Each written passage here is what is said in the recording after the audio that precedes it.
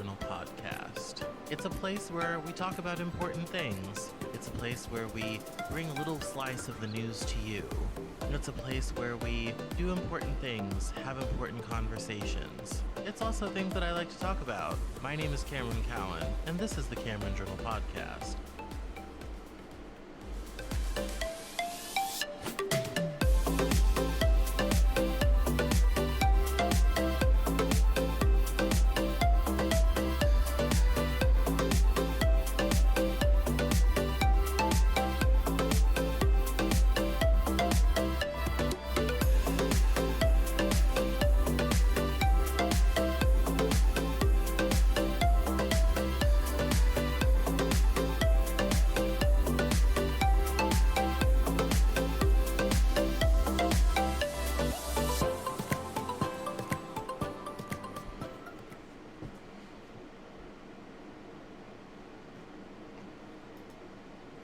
Hello everyone!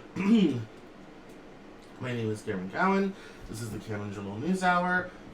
So sorry that I was a little late today. I was on a call, and it's very hot here in Seattle, so I opted for a very lovely tank and linen shirt, because it's a little warm outside. It's been such a week, with everything that is going on. If you're on my newsletter list, you'll have gotten your monthly newsletter this morning, which is really great. I talked a lot about the economy and had some programming notes. So this is kind of another reminder that I am moving soon, and so we're not going to be having the news hour. We have 2 more weeks before I take a break and do some moving for the summer and all this type of thing. So that's another kind of friendly reminder about that. If you're not signed up for my newsletter, please go do so. Head over to thecameronjournal.com, and on that side of the screen, there'll be a sign up for the newsletter, and it comes out once a month. Also, I send out through the Authorly platform a weekly roundup of everything that I've posted from all the places that I write around online. So if you want Cameron Journal content delivered right to your inbox, that's the best way to do it. So just sign up on the website. One sign up for you. I'll migrate your data. That's not a problem. And you can be on the email list. So, and get everything, all things Cameron Journal related, directly delivered to your inbox, which is great. Beyond that, things have been pretty crazy around here. Getting ready to move and gathering stuff and all this type of thing. It's been a lot. I just finished last week recording a great new series called All About Fashion with my friend Brady. That's going to be coming out over the break. And now that it's all recorded, I have to go edit it and put it together and make it look cool and get it ready for you guys. There also, on Saturday, we recorded a really cool session with Dan Sanderson over at planksip.org, talking about iconic fashion moments and how fashion kind of works from a philosophical perspective. And that will come out in October. So it's a little bit different than what we do here. It's a little bit, kind of maybe a little out of the ordinary than what we're used to doing. But very interesting, very exciting stuff. I had never realized until we did this series how much geopolitics, world events, other things are influenced either directly or indirectly by fashion. Even something like the cultivation of cotton in the New World as a cash crop was for textiles, for clothing and home goods and all this type of thing, which is, you don't necessarily think about fashion being that influential, but, when you start thinking about, like, oh yeah, that also includes, like, the transatlantic slave trade and all this type of thing. So it was really interesting to kind of dive into all of that, get into all of that, understand all of that, and kind of have some new insights into an industry that I used to be a part of, and that my friend Brady, who was generous enough to do the podcast with me, is still a part of, and it'll be a lot of fun. So so that's kind of all the updates on this end. Let's turn our attention to the news. So we are, we have when it comes to news, we got a lot of stuff going on. So, one of the big stories that kind of broke over the weekend and into today, is what's going on in Israel. So, Benjamin Netanyahu has been the Prime Minister of Israel off and on for almost 20 years at this point. More than 20 years. And his last election, he barely managed to eke through and get the job done, and get over the line and form a government. And lately now, he has changed a lot about Israel's independent judiciary. And according to Bloomberg, this has actually shaken markets. It says here Netanyahu struggles to woo investors shaken by turmoil in Israel. Israel's prime minister to change judge selection process, shekel bonds stall as protest groups plan more demonstrations. Investors are unconvinced by Israeli Prime Minister Benjamin Netanyahu's pledge to scale back the judicial system overhaul that has triggered months of nationwide protests and threatened to weaken the economy. The Prime Minister's promise to change the judge selection process and abandon a broader overhaul has, so far, failed to rekindle confidence among global investors. Israel's foreign bonds and the shekel hardly gained on Monday, struggling to recover from a recent sell-off even as stocks rose. The problem is that Wall Street remains nervous about, quote, protesters who still fear permanent damage to the country's democracy, unquote, said Telemer strategist Hassan Malik. All of that still makes for an unhelpful backdrop for Israeli asset prices. Netanyahu on Sunday urged investors to pour their money into Israel, saying he wanted to avoid extremes when it came to overhauling the nation's judicial system. But his comments spurred even more fury among opponents and protesters who point out that the right-wing coalition is still seeking more control over the selection of judges. A group leading the largest anti-government protest movement in the nation's history has already vowed to intensify demonstrations. Money managers and analysts have been warning for weeks that the risk that social and political tensions eventually boil over in Israel's economy. That's why one of the key questions worrying investors on Monday comes down to whether Netanyahu's pullback is enough to soothe the opposition. I think it really depends on whether the compromise is enough to end the protests, said the firm's New York-based global head of current strategy. My sense is no. Israel's hard currency notes due 2026 were little changed at about 94 cents on the dollar Monday, while the bonds maturing in 2028 stalled near 93 cents, according to indicative price data compiled by Bloomberg. The shekel, meanwhile, moved between losses and gains against the dollar, while the benchmark stock index rose for a second day. The Prime Minister, in a Sunday interview on Bloomberg Television, also cited plans for Israel and Saudi Arabia to deepen their economic and business ties, even if they don't formally recognize each other. He called Israel undervalued. In the same interview, Netanyahu defended the central bank's independence and praised Governor Amir Yaron, a critic of their judicial overhaul, who's approaching the end of his 5-year term. Netanyahu said he's yet to decide if he'll ask Yaron to stay on. I was aware that there was some upheaval in the Israeli space. I didn't realize how kind of big this had become until I saw some stuff about it on Twitter this morning, and I started to kind of look around and poke into it. And so when I saw that story, I grabbed it right away, because there not only is there kind of this going on as well, but there's also a sort of reckoning happening about Israel as an apartheid state, which has been a long time in coming. And how the Palestinians are treated and all this sort of thing. And so there's, much to consider in that space. It's always a volatile region. I think it's interesting that the protests have been effective. Netanyahu is a white-wing coalition. He was last elected during the Trump years. They have longer terms than we do on a different schedule. And there is, it's kind of an odd thing because the population of Israel, especially the younger population, tends to be more liberal and left-leaning, while the older population tends to be more conservative.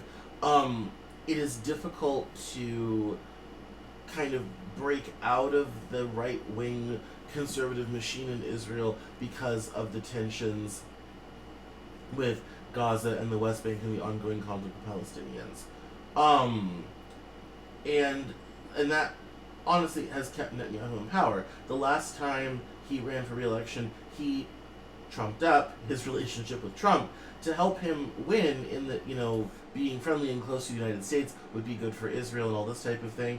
But everything's kind of being rethought right now, including the U.S. relationship with Israel, Israel's relationship with Saudi Arabia, as we said, in terms of deepening business ties.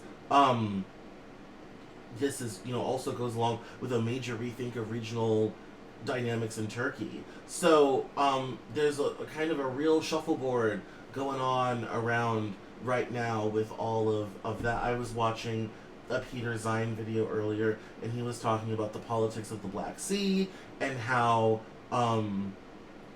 here pretty soon nothing's going to be going in or coming out of the Black Sea, which is going to absolutely disadvantage Russia entirely and make it difficult for them to support their troop operations in Syria and all this type of thing. So that whole region, I would say roughly from Ukraine to the Arabian Peninsula, is kind of in flux. I mean, when isn't it? But it's now seems to have really changed some things around, which I think is quite interesting. So we'll keep an eye on it and come back with you with any updates. In interesting financial news, we have PayPal announced today that it was going to launch a stablecoin that it's pegged to the U.S. dollar. Obviously a cryptocurrency. It's going to be issued by Paxos Trust. It says here, PayPal Holdings is rolling out a stablecoin, the first by a large financial company, and a potentially significant boost to the sluggish adoption of digital tokens for payments. PayPal USD, issued by Paxos Trust and fully backed by US dollar deposits, short-term treasuries, and similar cash equivalents, the San Jose, California-based payments company said on Monday. It's pegged to the dollar and will be gradually available to PayPal's customers in the US. With PYUSD, Chief Executive Officer Dan Schulman is seeking to cement PayPal's dominance in digital payments by leaning on a technology that enables instant and lower-cost transfers without a central intermediary.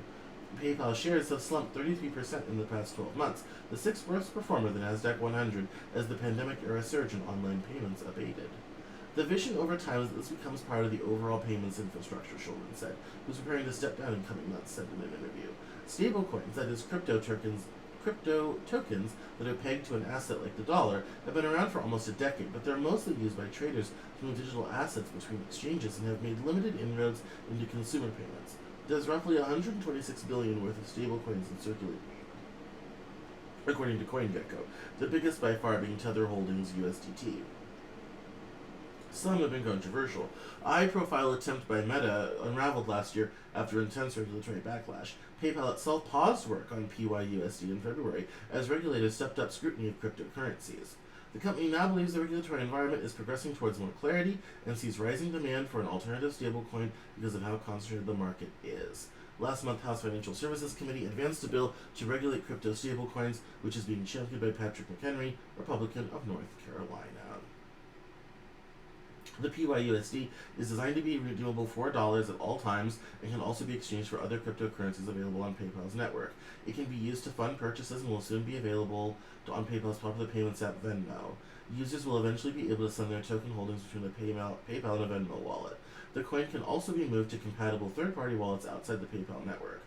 PayPal, which has more than 431 million active accounts globally, first launched cryptocurrency services in 2020. It allows users to buy, sell, and make payments in a handful of tokens like Bitcoin through its platform. And so it goes on. Interesting. Somebody was going to try doing a stablecoin somewhere along the way. And I'm not surprised that PayPal, given its roots in digital payments and moving money digitally, would be the first to really try it and make it happen. I'm not surprised that Meta never got their Libra coin off the ground, because there's no way regulators are going to let Facebook control yet another thing, considering Facebook already has antitrust issues of its own. So that doesn't surprise me at all, and I think that is that's not a surprising thing, but I think broadly it's a good thing. All things all things considered, it'll be interesting to see if it's successful. A couple stable coins have devalued entirely because too many of them were made, or people lost confidence in them because cryptocurrency is a confidence game. So it's going to be interesting, I think, to see if this stable coin actually stays stable and stays as a viable thing. This one's interesting. It says here, property loans are so unappealing that banks want to dump them. So, I've talked a lot about the problems in the commercial real estate market, and this is another nail in the coffin. It says here, banks seeking to sell commercial property loans are encountering a dried up market with few options for an easy exit. Lenders including Goldman Sachs Group and JP Morgan Chase have been trying to sell debt backed by offices, hotels, and even apartments in recent months, but many are finding that tidying up loan books is no easy feat when concerns about commercial real estate have surged. This year's rise in borrowing costs has made commercial real estate one of the hardest hit areas of the economy. Property sales, especially for office buildings, have slowed to a trickle, giving landlords and lenders few markets to determine the value of certain assets. In the absence of transactions, stakeholders are closely watching the loan sale market to see what price banks can ultimately nab for some of the loans. Banks have been eager to sell what they can, at times to shore up liquidity or to avoid complicated situations that may crop up when a loan is maturing and needs to be refinanced. For some lenders, taking a slight haircut on the price may be better than running the risk that the lender has to foreclose and ultimately ends up stuck with the property. According to Gregory Haygood, president of SOLIC Capital, which has an investment banking practice. Even if most of these are performing loans today, they're trying to reduce their exposure by selling loans at a discount as they head into a refinance cycle, Haygood said. A lot of these banks will say, I'd rather take a hit there than take a hit on a foreclosure and have to deal with the asset after. Goldman and JP Morgan, along with other banks including Capital One Finance Corp. And M&T Bank Corp. Have sought to sell property debt in recent months, seeking buyers both for one-off sales and transactions for portfolios of loans, according to people familiar with the matter, who asked not to be identified citing private information. While pressure is building on banks to reduce their commercial property exposure, distressed loan sales are still relatively rare.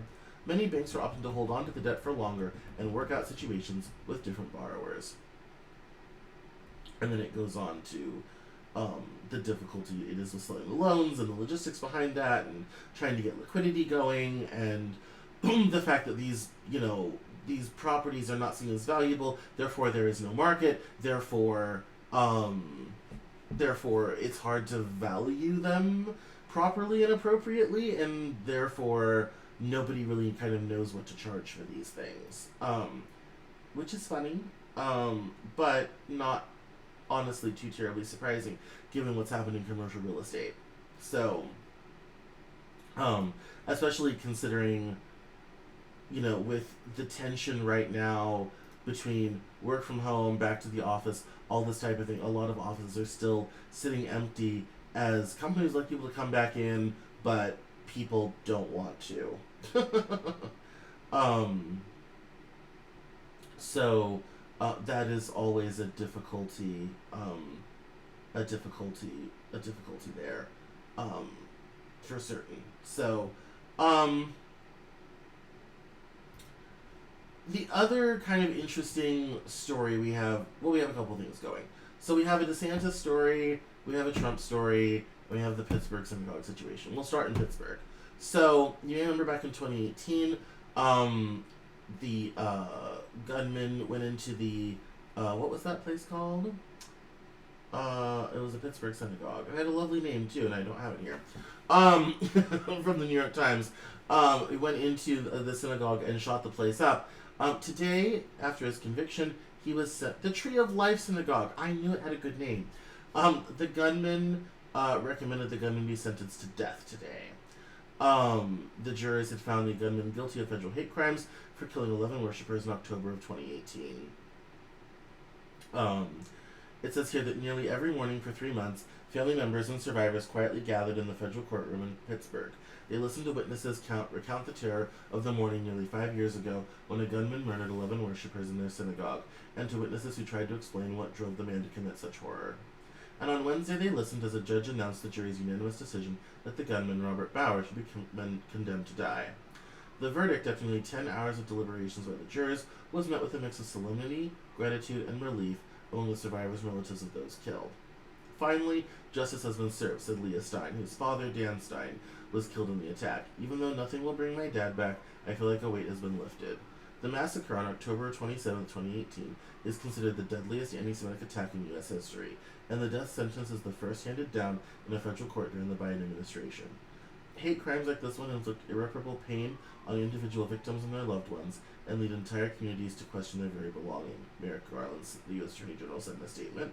All Americans deserve to live free from the fear of hate-fueled violence, and the Justice Department will hold accountable those who perpetuate such acts. At a hearing scheduled for Thursday morning, Robert Colville, a U.S. District Judge, will formally impose this death sentence that the jury recommended. The members of the three congregations that have been meeting for services in the Tree of Life Synagogue on that gray, drizzly Sabbath morning in Pittsburgh have never come to a consensus about whether a death sentence would be a just outcome, but many had grown to appreciate the trial itself. Some said that as raw and painful as the trial was at moments, it was the first time they'd truly learned what happened that day. To others, it signified a break with a long and tragic history of governments looking away when Jewish people were targets of violence. The, quote, lengthy but fair judicial process, said Howard Feinberg, whose mother Joyce Feinberg was killed in the attack, was a marker and reminder that we belong here. This is where we are, and this is where we've been, and this country is where we belong. We remain a part of it, and we always will. Weeks before deciding that Mr. Bauer should be sentenced to death, the same jury found him guilty on all 63 of federal counts that he'd been facing, including an array of hate crimes. The defense called no witnesses in that part of the trial, as there was never any dispute that Mr. Bowers had carried out the attack. After declaring on Monday that he needed to protect the white race, Mr. Bowers, armed with an AR-15 rifle and 3 handguns, stormed the synagogue shortly after the congregations Tree of Life, New Light, and Dor Hadash had begun gathering in separate parts of the building for morning worship. He stalked the hallways and chapels, murdering members of all three congregations. He shot and killed Cecil, 59, David Rosenthal, 54, developmentally disabled brothers who always greeted worshipers at the door. In the passage leading to the chapel where Tree of Life had begun services, and then inside among the pews, he killed Miss Feinberg, 75, Irvin Younger, 69, Sylvan Simon, 86, later returning to kill Mr. Simon's wife, Bernice, 84. He killed Rose Mallinger, 97, as she held under a pew with her daughter, whom he also shot and wounded. He killed Dr. Jerry Rabinowitz, 66, of Dor Hadash, who had heard gunshots and run down the hallway to offer help. In a downstairs kitchen, he killed Richard Gottfried, 65, Mr. Stein, 71, 2 members of New Light, and he shot Melvin Wax, 87, who'd stepped out of a closet where he and others were hiding. The police rushed to the synagogue and, after exchanging gunfire with Mr. Bowers, eventually cornered him in a classroom. A little over an hour after the attack began, he crawled out, wounded by gunfire and still espousing hatred of Jewish people.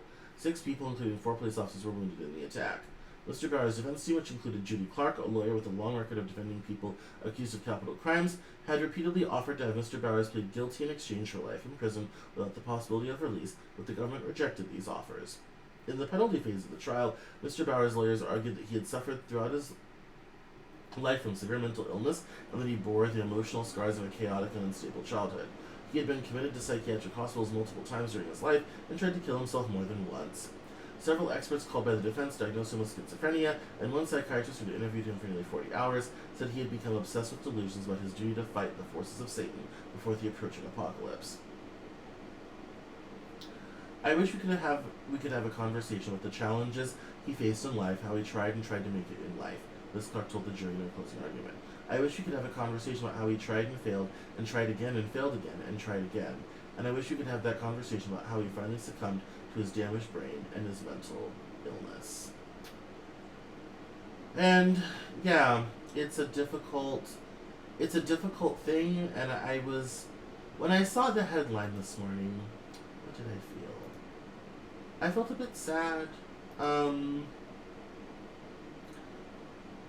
You these court cases kind of go on for so long, you kind of sort of forget about these things a little bit until they finally resolve themselves,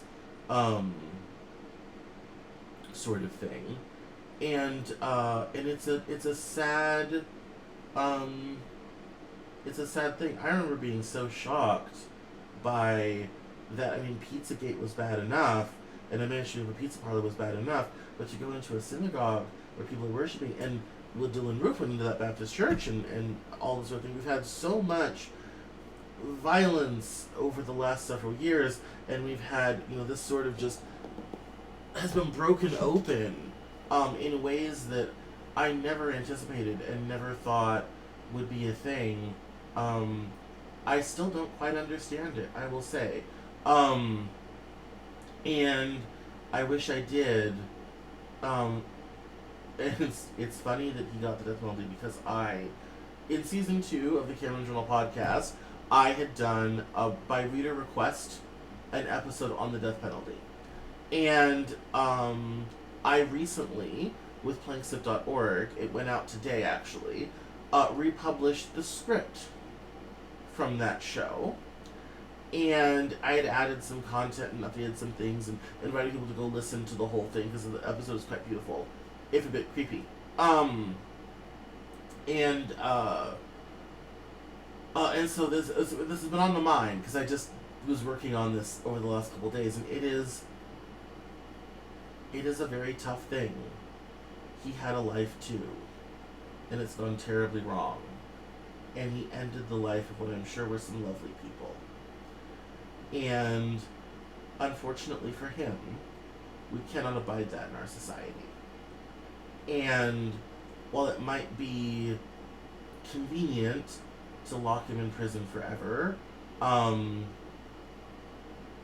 there are moments when a capital punishment does seem appropriate. And this is certainly one of those. Now, let's not forget, this will get stuck in appeals for years and years and years. So he's going to kind of get life in prison by judicial rectitude. But it will, the federal executions are rare. I doubt that this one will go through anytime soon. But at least the families have that as a comfort. Cold comfort, though. Very, very cold comfort, unfortunately. Well, let's move on to happier subjects. Trump! Well, I said happier, didn't I? Speaking of people with legal issues, Trump pleads not guilty to plotting to overturn the 2020 election. The former president was arraigned in a Washington federal courtroom on 4 charges tied to his efforts to stay in power after losing the 2020 election. This is a very sad day for America, Mr. Trump said, before heading to his residence in Bedminster, New Jersey. Former president, yes. It says here, appearing before a judge in Washington courthouse in the shadow of the Capitol, where his supporters rampaged in an effort to undermine the peaceful transfer of power, Mr. Trump, who was running in the hopes of being sworn in again on the steps of the Capitol, stood before a federal magistrate judge who asked for his plea to the 4 counts he faced. He replied not guilty. It was the 3rd time in 4 months he stood before a judge on criminal charges, but it was the most momentous, the beginning of what prosecutors say should be a reckoning for his multi-pronged efforts to undermine one of the core tenets of democracy. Magistrate Judge Maxila A. Upadhyaya, who oversaw the roughly half-hour hearing, ordered Mr. Trump not to communicate about the case with any witnesses except through counsel or in the presence of counsel. At the request of Mr. Trump's lawyers, she set the date for the first hearing before the trial judge Tanya S. Chutkan for August 28th, the latest option she provided. I do want to say at this moment, Trump already went on Truth Social and has been attacking Judge Chutkan, and has because they denied a bunch of motions from his lawyers. He also is claiming they want a change of venue out of DC because he can't get a fair trial there. So this is already becoming a giant snafu. It says here, delaying the proceedings as much as possible is widely expected to be part of Mr. Trump's legal strategy, given that he could effectively call off federal cases against him if he wins the 2024 election. The jockeying began on Thursday, after Judge Upadhyaya gave prosecutors a week to propose a trial date. One of Mr. Trump's lawyers, John F. Lauro, complained that the government had years to investigate, and he and his colleagues were going to need time to fairly defend their client. She directed him to bring it up with the trial judge and for prosecutors to respond within 5 days of his filing. Following the hearing, Mr. Trump spoke briefly at Reagan National Airport, saying it was, quote, a very sad day for America. Mr. Trump said he was a victim of persecution by President Biden's Justice Department. This was never supposed to happen in America, he said, before boarding his private plane to return to Bedminster, New Jersey. The courthouse where Mr. Trump appeared has already hosted a stream of trials for Trump supporters and accused of attacking the Capitol on January 6, 2021. Security was heavy, with officers on foot and on horseback and barricades erected on the sidewalk.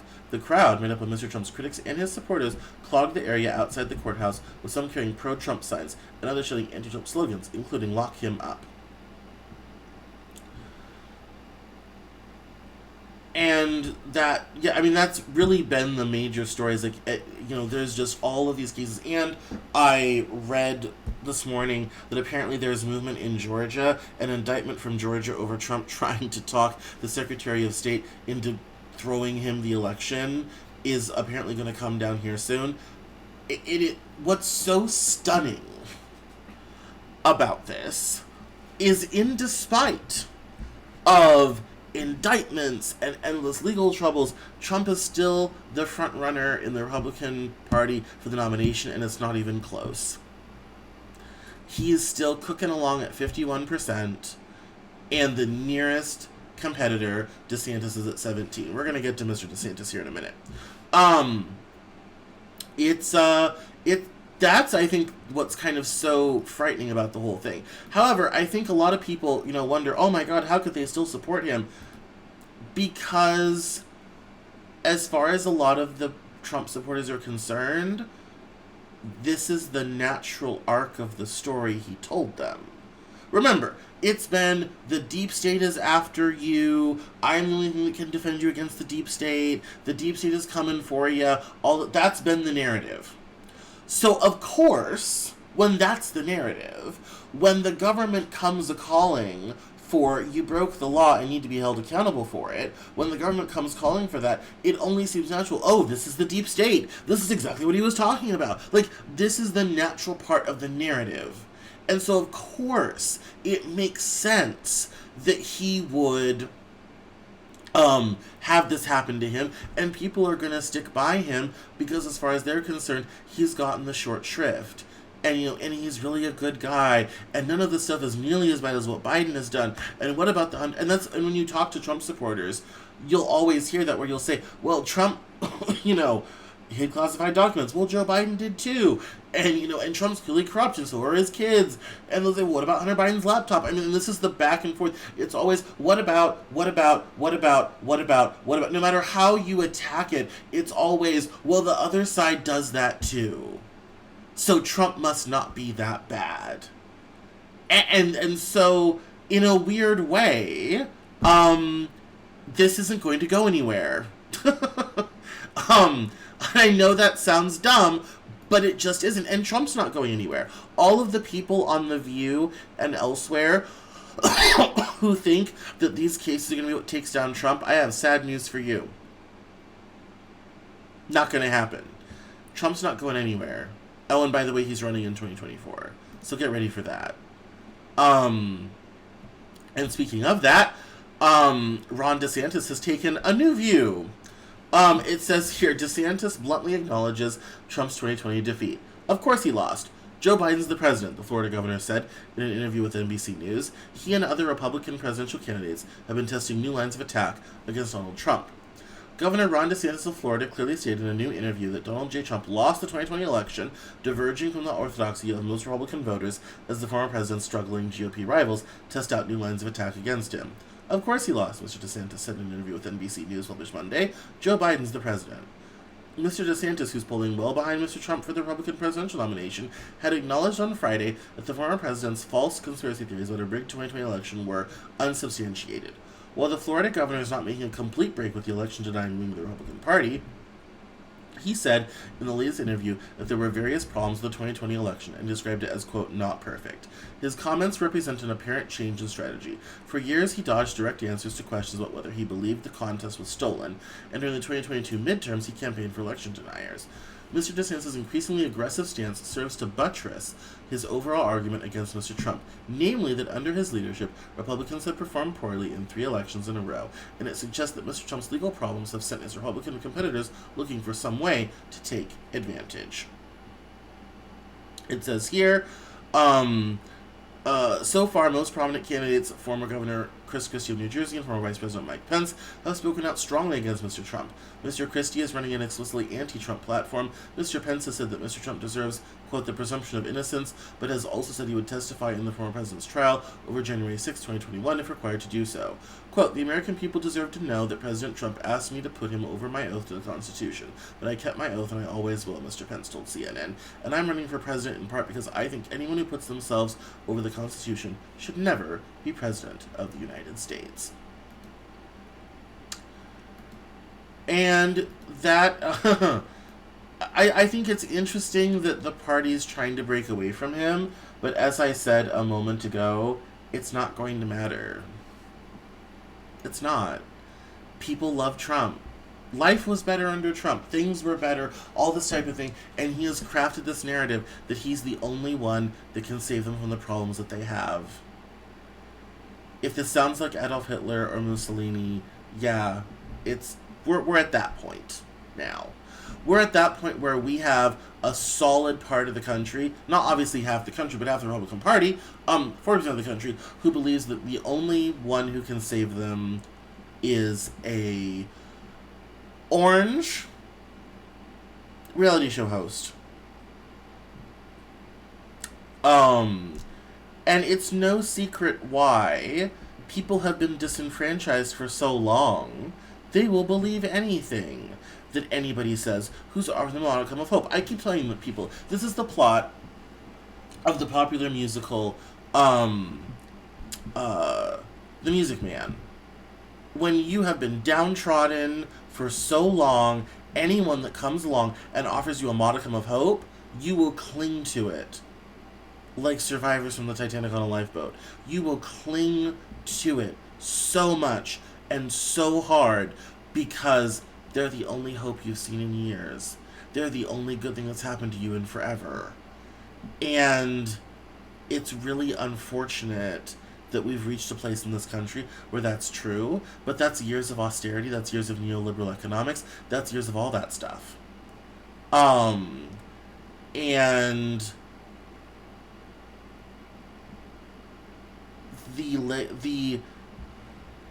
the idea that Trump is somehow a one-off, an anomaly, if it wasn't going to be Trump, it would have been somebody else. He just happened to step into the role and do it at the right moment, at the right place and time. And I don't think any of this legal stuff is going to matter. I mean, it's nice, it feels good, it's nice to see, something happening, but it's not going to matter. It's just not. It's not going to matter. Nothing's going to come of it. And he's going to end up either getting off. He's certainly not going to jail. If you think Trump's going to jail, leave it alone. Not going to happen. But I do find it interesting that Republican candidates are trying to see if they can rally what's left of the Republican Party that isn't wedded to Trump. I don't know that's going to be a winning strategy for them. People like Trump. We may not like that people like that, but I think his brashness, his lack of care for political correctness, his tell it like it is, say it like it is, give you permission to say all the things that you previous to would have been socially shamed for saying, has a great deal of appeal to people. And I think the sooner that we understand that and learn to live with that, the better off that we'll all feel. I also feel very strongly that if the Democrats want to do better, then they're going to have to start talking to regular, everyday people. One of the two most terrible mistakes the Democrat Party ever made was becoming the party of the educated urban elite, with educated urban elite problems. Leaves out most of the country. And that is, something that is a cause for significant reform. Well, is that going to happen? I don't know. The DNC is pretty daft. But there's a lot to... I think you have to, rather than attacking Trump because of his legal issues or his racism or things like this, you have to meet him where he is. Realize he's saying some things that resonate with people. Start there. Figure out what the actual problems are. Why are people resonating with that? And then you'll have a better chance of winning elections. To some degree, Joe Biden figured it out. He went to Pennsylvania and talked jobs, industry, all this type of thing, and has delivered most of it. in terms of we're having a manufacturing renaissance like never before, more stuff is being reshored than ever before, all this type of thing, that's, a good thing. And so he's, getting down and dirty and making it happen, and they used 2 years of unified government to get a lot of stuff done and through and all this sort of thing. Great, wonderful, fantastic. That's, a good thing, but you're going to have to start addressing Trump supporters' concerns where they are. It's crime, it's diversity, it's political correctness, it's trans, it's all. You're going to have to start attacking those concerns head on and taking them seriously, rather than treating them like they're wrong, they're bigoted, they're homophobic. No, start talking to them like those are actual concerns that need address. Now, how you choose to address them and what you choose to talk about with them can be very in favor of those things. But don't dismiss them. That's what pisses people off. Very seriously. That's what pisses people off, is the dismissiveness of the Democratic Party over a lot of these issues. People just, they're not regarded. People don't feel like they're being seen and heard. And when people don't feel like they're being seen and heard, they're going to go after the first person who is willing to see them and who is willing to hear them. And unfortunately right now, that's Trump. So unless you intend to start really meeting him on the field of battle and really going after the stuff he says and showing it for the falsehoods that it is, and addressing the real underlying issues, that people are nervous about crime. People are nervous about a lot of the stuff around diversity, and, and maybe they are afraid they're being replaced, and maybe they are, afraid that, there's going to be, creepy, that their kids are going to be trans and all this type of thing, and maybe they don't want their kids being given resources to transition school and all this type of thing. Address that, but don't dismiss it. You can address it in a positive way, but don't dismiss it. Don't treat people like they're dumb. They will see right through it. You can't do it. They will see right through it, and they will resent you immediately for it. And so it's very important to have the right sort of attitude about that kind of thing. Because otherwise, you're just going to get selected at the voting box. Simple as. People will punish you for that. And why shouldn't they? Nobody should be treated like they're dumb for having real concerns about their society. And unfortunately, the strategy of the Democratic Party is to do exactly that. And it is most unfortunate. So, alright guys, that's it for me. I appreciate you. Thank you for watching. I love it. I'll be back next week for our second to last one before the break. Catch me on Twitter at Cameron Cowan, Facebook.com/Cameron L. Cowan, on Instagram, Cameron Cowan as well. And I'll see you next time on the Cameron Journal Newshour. Bye-bye now.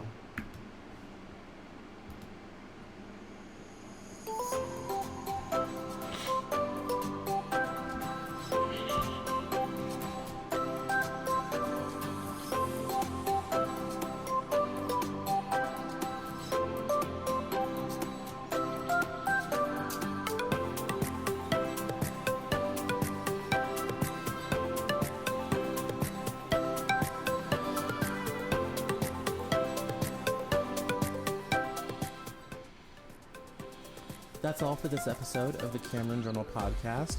Thank you so much for listening. Visit us online at CameronJournal.com. We're on Facebook, Twitter, and Instagram. And I love to talk to my followers and listeners, so please feel free to get us on social media at Cameron Cowan on Twitter. And we'll see you next time on the Cameron Journal podcast.